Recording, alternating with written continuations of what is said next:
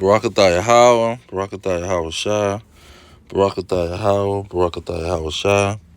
All praises, glory, and honor goes to Yahweh, Bahashem, Yahawashi, Bahashem, Rekakadash. Yahweh being the name of the Heavenly Father, Yahawashi being the name of His only begotten Son, who they ignorantly call Jesus Christ. Now we're going to go into the vision of what that the Lord gave to the Israelites concerning the end of Esau's kingdom, and showing how they would see the end of their kingdom coming with these things that's gonna be in the sky. Now I'm gonna start off with that Luke. That's one of the verses that Yahawashi gave us, or the visions that Yahawashi gave us. Let's see, Matthew, Luke 21, starting at 24. It says, "And they shall fall by the edge of the sword, and shall be led away captives into all nations, and Jerusalem shall be trodden down of the Gentiles, until the time of the Gentiles be fulfilled." Here goes the verse 25. "And there shall be signs in the sun, and in the moon, and in the stars, and upon the earth distress of nations, with perplexity, the sea and the waves roaring." Okay, it's going to be signs that's going to be seen in the sky. Then verse 26, because this is going to match another precept. It says, "Men's heart failing them for fear, and for looking after those things which are coming on the earth."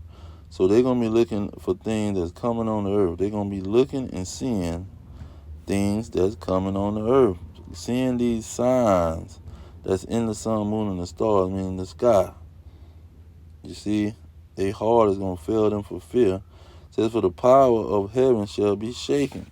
See, they're going to realize that this is the powers of this kingdom, because that heaven goes for kingdom. The powers of the kingdom is going to be shaken. And them powers is talking about the military, because that's where they keep all of their power at. And it matches Jeremiah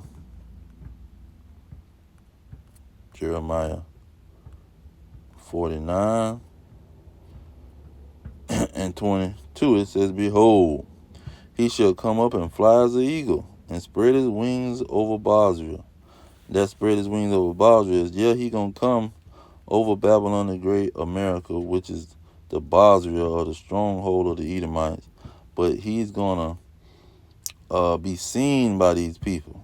You see, they're gonna see him like an eagle flying in the sky. They're gonna see him coming. He shall come. They're gonna see him flying and coming. It says, "And at that day shall the heart of the mighty man of Edom," see a specific nation, "be as the heart of a woman in her pain." So there's the man's heart filling them for fear, and the powers of the heaven, the powers of the military, the mighty men, these powers is going to be shaken. They're going to be like a woman in her pain. Okay?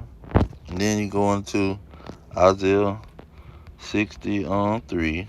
Says the same thing. It says, "Who is this that cometh from Edom with dyed garments from Basra?" So you see, he's going to come to Basra, which is the capital, the capital city of the major city of Edom. It says that that is glorious in his apparel, traveling his greatness of his strength, I that speak in righteousness, mighty to save. Okay, and it goes into, "While you red in your apparel and your garment like him that treadeth of the wine fat.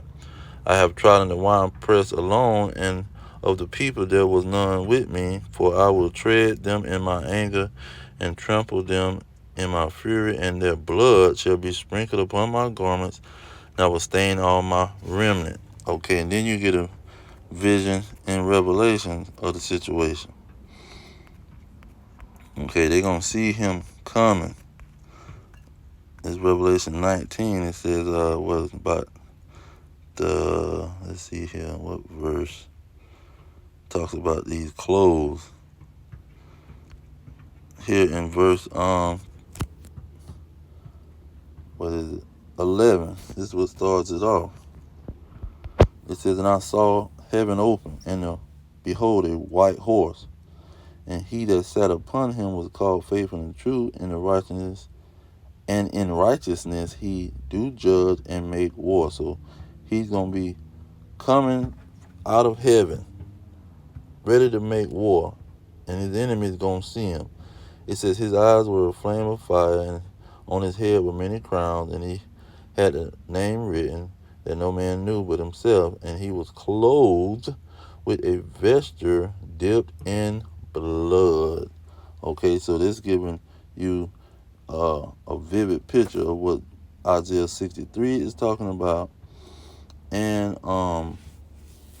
what Jeremiah 49 is talking about, and Luke 21, that he's going to be coming and he's going to be treading these people down, where his clothes going to be dripped in blood, because he's coming to make war and kill the mighty men of Edom, who's controlling the world, who's ruling the world. Okay, look at verse 14. It says, and the armies that were in heaven followed him upon the white horses, clothed in fine linen, white and clean. So you jump down to 19, and it gives you the whole operation. See, he ain't just how his clothes gonna get bloody, and who is he gonna be fighting? Verse 19, it says, and I saw the beasts and the kings of the earth and their armies gathered together to make war against him that sat on the horse and against his army. So these people is gonna be seeing him coming, and they're gonna be gathering together and getting ready to battle him. Okay, and this is what they doing with their radars and they telescopes. They looking up in the sky, trying to pinpoint when he coming and where he coming, and they watching every inch of that sky. Okay, let's see. I want to get 2nd Ezra's 6 and 9. Say, for Esau is the end of the world, and Jacob is the beginning of it that followeth. So he gonna be in the end of the world. When YAHAWASHI comes, it's gonna be the nation of Edom that's gonna be ruling. They're gonna be the ruling government, seeing the Lord come on the clouds with power and great glory. I just want to bring that out real quick. I'm gonna give all praises to Yahweh, Bahashem, YAHAWASHI, Bahashem Rikakadash. Double honors to the elders pushing the truth. Peace to the elect worldwide. Our kingdom is at hand. The kingdom of the blacks, Hispanics, and Native Americans, the descendants of slaves scattered around the globe on slave ships and through many captivities. Okay, this is the kingdom of the Israelites, the kingdom of heaven. That's what's going to be coming. Jacob is the beginning of it that follow it. See, there ain't going to be no kingdom coming after them. The Israelites going to have an everlasting kingdom. All right, I'm leave it there. Shalom.